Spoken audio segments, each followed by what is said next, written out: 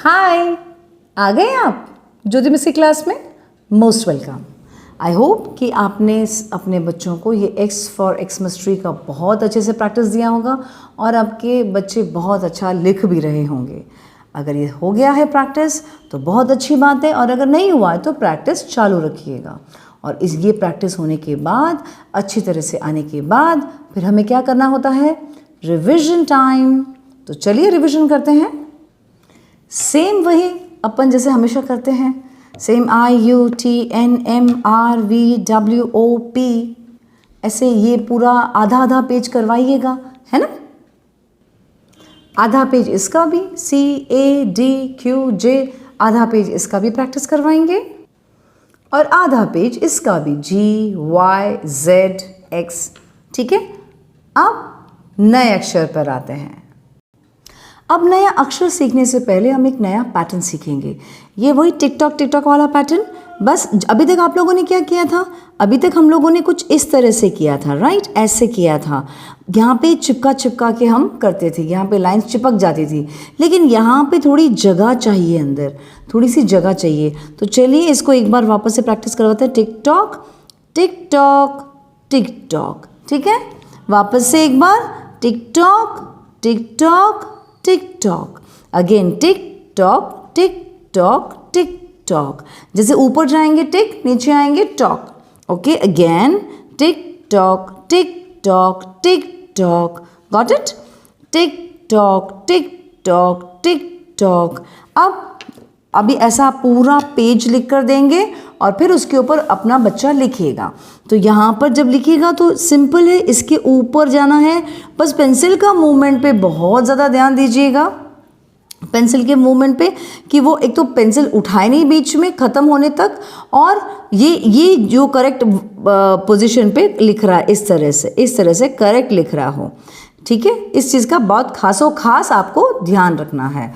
Okay, same यही चीज़ आपको वापस से प्रैक्टिस करवानी है। पूरा का पूरा पेज प्रैक्टिस करवानी है, जो आपने पहले लिख के दी होगी उसको पूरा का पूरा। अब इसके बाद अब इसे खुद के लिखने की बारी आएगी। तो जब खुद के लिखने की बारी आएगी तो एज़ यूजुअल, जैसे मैं कहती हूँ, पेरेंट्स को करना है डॉट, और यहाँ पर बच्चा खुद लिखेगा। और बच्चा कैसे लिखेगा? सेम ऐसे ही, वैसे उसको यूँ लिखना चाहिए, टिक-टॉक टिक-टॉक टिक-टॉक। सेम यहाँ पर बच्चा आप डॉट करके देंगे और बच्चा खुद लिखेगा। यहाँ पर क्या लिखेगा? यहाँ पर TikTok tick tock tick tock. Got it? बात समझ में आ रही है? अब यहाँ पे अगेन वापस अगर आप देखो, सेम वही चीज़ आपको करनी है, repeat, TikTok tick tock TikTok. Right? ऐसे करके फुल एक पेज करवाना ही करवाना है, या 2 पेज मिनिमम तो करवाना ही पड़ेगा आपको। ओके, बस इसके बाद हमें क्या करना है यहाँ पर?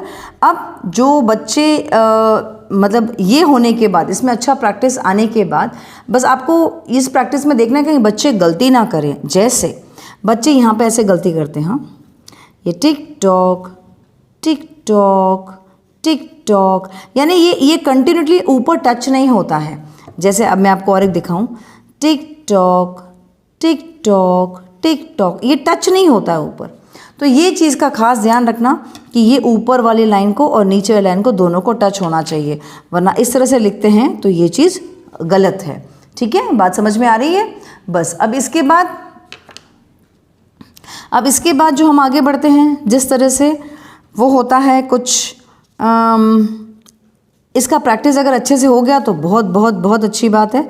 और अगर नहीं हुआ है ना, तो अब जो मैं लिखवाने वाली हूँ अक्षर, वो मत लिखवाना। पहले आप इसका बहुत अच्छी तरह से प्रैक्टिस देंगे, जब तक आपका बच्चा बहुत अच्छे से लिख नहीं लेता है इसको। और हाँ, कहीं ऐसा ना कर दे बच्चे कि यहाँ पे बराबर लिखा, फिर यहाँ पे यूँ लिखा, फिर यहाँ पे यूँ लिखा। ना ना ना ना ना ना ना, ये तीनों जगह पर ऐसे जगह बननी चाहिए। यहाँ पर जगह नहीं है तो ये हो गया रॉन्ग। ठीक है, और बस हाँ, 3 से ज़्यादा टिक-टॉक नहीं होना चाहिए, बस 3 ही, बस सिर्फ 3 ही, जैसे टिक-टॉक टिक-टॉक टिक-टॉक, बस इतना ही। वो ऐसे लंबा करते नहीं जाना है। कई लोग इतना सारा लिखा देते हैं, ऐसा नहीं करना है। बस इतना 3 हो गया, बहुत, इतना ही बच्चे का हाथ चलता है, उससे ज़्यादा नहीं चलता है फास्ट। ठीक है, तो यहाँ पर आपने समझ में आ गया। अब ये अच्छी तरह से आने के बाद जो हम सीखने वाले हैं वो है E for elephant। चलिए आप भी लिखेंगे ऐसे, ई for elephant, E for elephant, E for elephant, E for elephant. अब ये चीज़ बच्चों को बहुत जल्दी आ जाएगी। क्यों आ जाएगी? वाई? बिकॉज आप लोगों ने उनको पहले से ही जो टिकटॉक वाला भी प्रैक्टिस दिया है वो अच्छे से आ गया है, तो इसमें कोई प्रॉब्लम होनी ही नहीं चाहिए उनको, राइट? तो ये उनको बहुत अच्छे से आ जाएगी। सेम अब इसके ऊपर आपको प्रैक्टिस करवाना है, सेम जिस तरह से हम करते हैं। अब ये प्रैक्टिस होने के बाद जैसे आप प्रैक्टिस इस तरह से करवाएंगे, हाँ, पूरा फुल 1 पेज लिख के देंगे और 1 पेज इसी के ऊपर बच्चे प्रैक्टिस करेंगे। अब जब बच्चे के लिखने की बारी आती है तो सेम पापा या मम्मी को भी डॉट करके देंगे और बच्चे अभी लिखेंगे, वैसे उनको यूँ लिखना चाहिए, ठीक है? टेक्निकली उनको यूँ ही लिखना चाहिए। This is E for elephant, E for elephant, या ई फॉर एग, जो बोलना चाहें आप बोल सकते हैं, ठीक है? दिस इज़, ये टेक्निकली सही है। अब बच्चे कहाँ गलती करते हैं बता देती हूँ। बच्चे जो गलती करते हैं वो कुछ इस तरह का होता है, जैसे पहले तो क्या कर देंगे पता है आपको, यूँ लिख देंगे, हाँ, और यहाँ से अलग से पूंछड़ी बना देंगे वो नहीं चलेगा, ठीक है? फिर दूसरा एक आता है जो बहुत मेजरली बच्चे गलती करते हैं, यूँ लिखते हैं और ये यूँ लेके आते हैं, ई ऐसे बना देते हैं, तो ये भी गलत है। अब ये बताओ ये गलती क्यों हो रही है, इसका रीज़न क्या है? इसका रीज़न ये है कि बच्चा बहुत जल्दी टर्न ले लेता है, तो ये से टर्न ले लेता है ना, इसीलिए उसका ऐसे ई बनता है। अब ये एक्चुअली गलत है, उसका रीज़न सिंपल है, जो ये डंडी है ना, ये डंडी लंबी बनाओ, यूँ एंड देन यूँ करवाओ, तो ये कभी भी आपका ये जो सोने वाला ई है ना, ये नहीं बनेगा, एकदम परफेक्ट ई बनेगा। मैं फिर से बताती हूँ, यहाँ पर जैसे यहाँ पर आपने डॉट करके दिया होगा, ठीक है? तो ये लाइन है ना, ये छोटी मत करवाइए, छोटी करेंगे ना तो इसका ई यूँ बनेगा, ये अच्छा नहीं बनेगा ई, ठीक है? आपको क्या करना है, आपको वहाँ पे जैसे डॉट करेंगे आप यहाँ पर डॉट करेंगे तो उसको बोलना है लाइन थोड़ी लंबी करो, यहाँ से लेकर यहाँ तक, तो जैसे लंबी लाइन करी, अब देखो ई बहुत अच्छा बैठता है।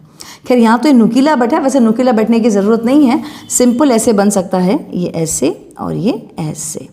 बात समझ आ गई कि कहाँ पर गलती हो रही है, कहाँ पे क्या हो रहा है?